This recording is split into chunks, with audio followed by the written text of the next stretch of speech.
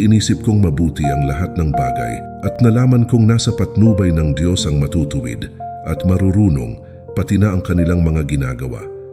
Pero hindi nila alam kung ang kasasapitan ba nila ay pag-ibig o puot. Iisa lang ang kasasapitan ng lahat ng klase ng tao.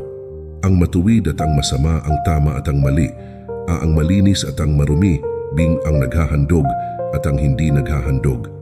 Pareho lang ang matuwid at ang makasalanan at pareho lang din ang sumusumpa at hindi sumusumpa.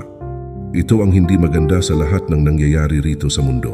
Iisa lang ang kasasapitan ng lahat at hindi lang iyan, kundi pawang kasamaan at kamangmangan ang iniisip ng tao habang nabubuhay at pagkatapos ay mamamatay din siya.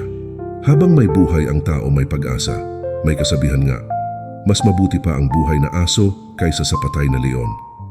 Ang totoo, alam ng buhay na tao na mamamatay siya, pero ang patay ay walang nalalaman. Wala na rin siyang gantimpalang matatanggap at makakalimutan na. Ang pag-ibig nila, puot at inggit noong nabubuhay pa ay wala na. At wala na rin silang malay sa lahat ng nangyayari rito sa mundo.